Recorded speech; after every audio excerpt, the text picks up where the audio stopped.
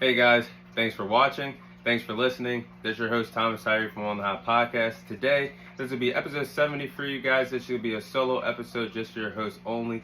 If you guys haven't checked out episode 69, again, it is now available on all four of our platforms that will be coming for this episode: our Instagram account, our Facebook account, our YouTube account, and our Apple Podcast account.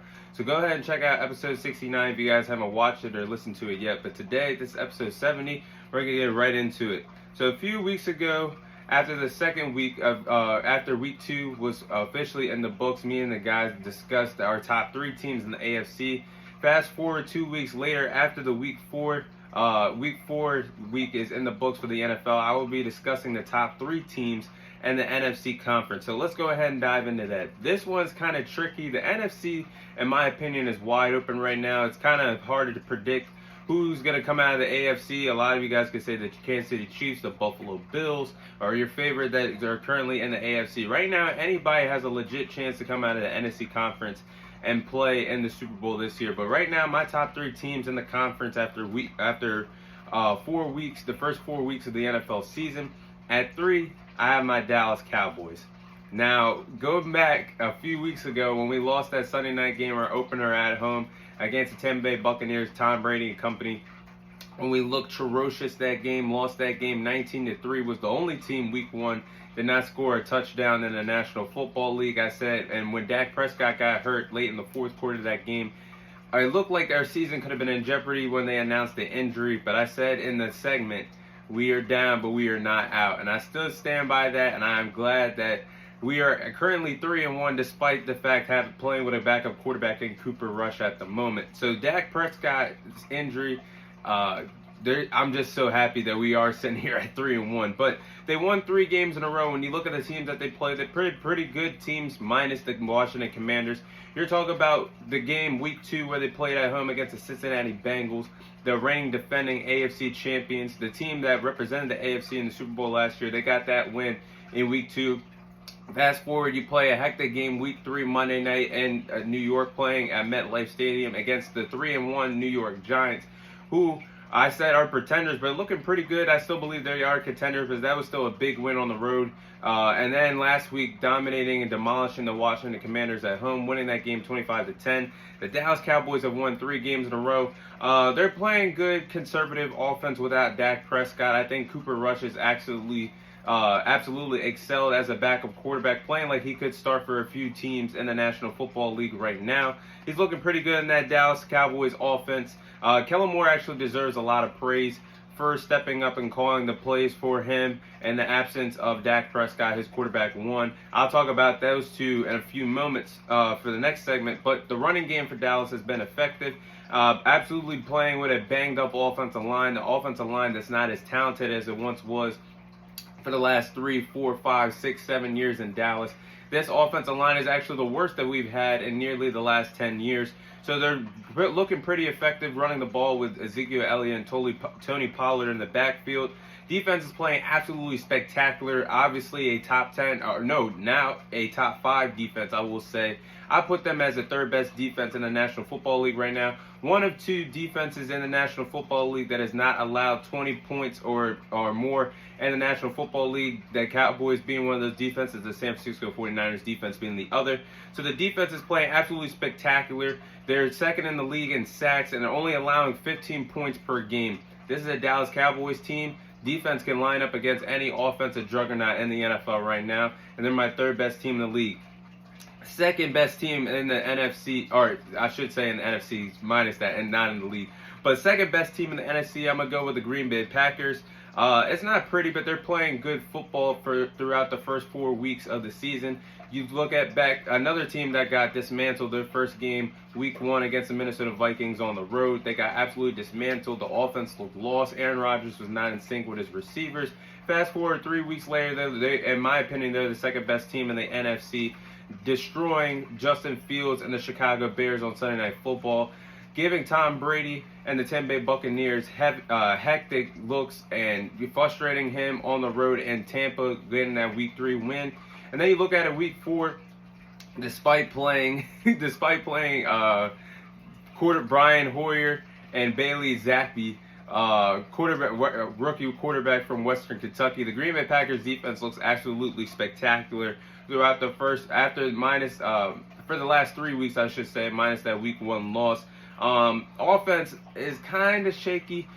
They still have Aaron Rodgers, that bad man, who is the back-to-back reigning MVP of the National Football League. Right now, they're trying to figure out a lot of things at the wide receiver position. It looks like they have a receiver committee. The way running backs are, teams like to use a running back committee. That's what the receivers look like right now. I think they'll get in sync later on the season. Time will tell. They got a lot of young receivers out there in Green Bay, but they do have one of the best 1-2 punches at the running back position. When you talk about Aaron Jones and A.J. Dillon, I think that is the best two-way 1-2 punch in the National Football League at the running back position. When you talk about the duos of Nick Chubb, Kareem Hunt, you keep going on and on, but I think they have the best cohesive duo at the running back position. Their defense is spectacular. I think their defensive backs they're the best defensive back group in the National Football League. When you look at them on paper, they have Jair Alexander, one of the best cornerbacks in the National Football League. He's teaming up with Russell Gage, Eric Stokes, second-year guy from Georgia, Adrian Amos, and Darnell Savage, both playing at the safety and the free safety position. I think they have the best defensive back group in the National Football League. They look pretty impressive. They got some things to work on, but I say right now they are the second best team in the NFC. And number one is obviously the Philadelphia Eagles. Right now, debatably the best team in the National Football League. Currently the only undefeated team after Week 4, sitting at 4-0 right now. And sitting at 4-0, it makes me want to throw up as a Cowboys fan, but it is what it is. They're 4-0. Sunday was their real big test so far of the season when they played the Jacksonville Jaguars. Played that in that rainy game on Sunday. Doug Peterson's return to Philadelphia after being fired, even though he helped them win their only Super Bowl a few seasons ago.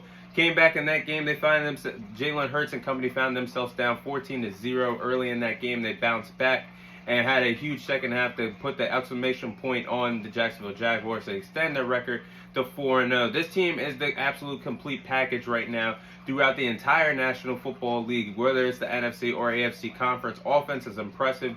When you talk about Jalen Hurts, one of the best dual-threat quarterbacks in the National Football League right now, can make plays with his arms, can make plays with his legs. You're talking about Miles Sanders, who is a decent running back at best, but running behind that offensive line, he's been effective so far. You're talking about A.J. Brown and Devontae Smith on the outside playing at receiver for him. Their young, talented tight end in Dallas Goedert.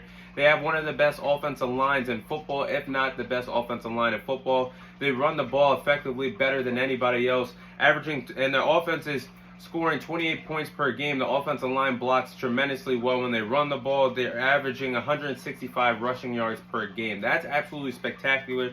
And it seems like that's going to be the key ingredient for the Philadelphia Eagles' success on the offensive side of the ball.